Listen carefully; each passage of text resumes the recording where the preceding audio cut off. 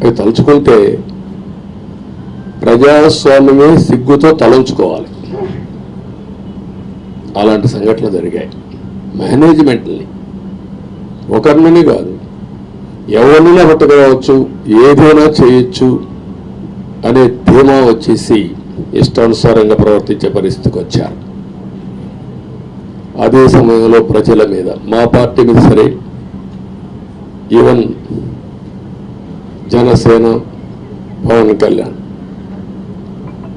ఆయన కూడా స్వేచ్ఛ లేదు. ఎక్కడైనా సరే విశాఖపట్నానికి వెళితే ఉన్న పడంగా విశాఖపట్నం నుంచి వెకేట్ చేయాలని తిరిగి, అంటే నగర బహిష్కరణ, ఒక నాయకుడిని నగర బహిష్కరణ చేస్తే కారణం చెప్పకుండా ఇంకా వేరే వాళ్ళ కథ ఏముంటుందో అని ఆలోచించుకోవాల్సిన అవసరం ఉంది. కేసులు పెడితే ఎందుకు పెట్టావు కేసు అని అడిగితే దానికి సమాధానం చెప్పకుండా ముందు నిన్ను అరెస్ట్ చేస్తున్నాం, తర్వాత కేసు డీటెయిల్స్ ఇస్తూ ఉంటారు. ఇలాంటి చాలా జరిగాయి. ఇవన్నిటికీ పరిష్కారం కోసం ఈరోజు మనం చూసిన తర్వాత ఇది మాకేదో అధికారం అని మేము అనుకోవడం లేదు, ఒక బాధ్యత. మేము పాలకులమే కాదు సేవకులం అని చెప్పి నినాదానికి శ్రీకారం చుట్టారు. ఇవన్నీ గుర్తుపెట్టుకొని పనిచేస్తాం. నేను చాలా స్పష్టంగా సూపర్ 6 ఇచ్చాం. అదే మాదిరిగా ప్రజాగళం ఎన్నికల మేనిఫెస్టో ఇచ్చాం. ఇవన్నీ కూడా ప్రజల్లోకి బాగా వెళ్ళాయి. ఒక హోప్ క్రియేట్ అయింది. ఇవన్నిటి ఫలితాలే నిన్న వచ్చాయి. అదే మాదిరిగా మేము ఇక్కడ మీరు చూస్తే ఒక పక్క తెలుగుదేశం పార్టీ మొట్టమొదటిసారిగా పవన్ కళ్యాణ్ గారు ప్రభుత్వ వ్యతిరేక ఓటు చేరడానికి వీలు లేదు, ఈ రాష్ట్రంలో మళ్ళా ప్రజాస్వామ్యాన్ని కానీ ఈ రాష్ట్రాన్ని కాపాడుకోవాల్సిన బాధ్యత ఉందని చెప్పి ముందుకొచ్చి ఈ యొక్క కూటమికి బీజం వేశారు. వారిని మనస్ఫూర్తిగా అభినందిస్తున్నాం.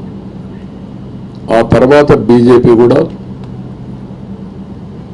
ఈ కూటమిలో భాగస్వాములయ్యి ముగ్గురం కూడా మీరు ఒక్కసారి ఆలోచిస్తే ఒకరు ఎక్కువ ఒకరు తక్కువ కాకుండా ముగ్గురం కలిసి పనిచేశాం.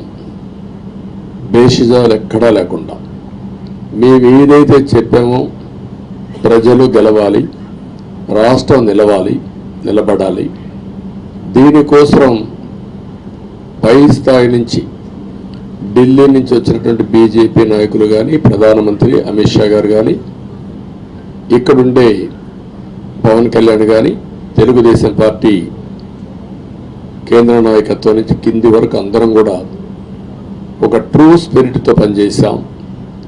175 అసెంబ్లీలు, 25 అసెంబ్లీలు అన్ని పార్టీలకు సంబంధించిన సీట్లుగా ఎన్డీఏలో భాగస్వాములుగా ఒక బాధ్యతతో ముందుకు పోయాం. అందుకే ఈ అనూహ్యమైనటువంటి విజయాన్ని సాధించగలిగాం. ఇక్కడి నుంచి బాధ్యత ఉంటుంది. ఆ బాధ్యతను ఏ విధంగా చేయాలనో అవన్నిటి కూడా ప్రణాళికలు తయారు చేసుకుంటాం. అంటే ఈ 5 సంవత్సరాలు జరిగిన విధ్వంసం మీరు ఒకసారి చూసిన తర్వాత ఇది ఒక 30 సంవత్సరాలకు ఎంత డ్యామేజ్ చేయాలనో అంత డ్యామేజ్ జరిగింది. వ్యవస్థలు విధ్వంసం అయ్యాయి.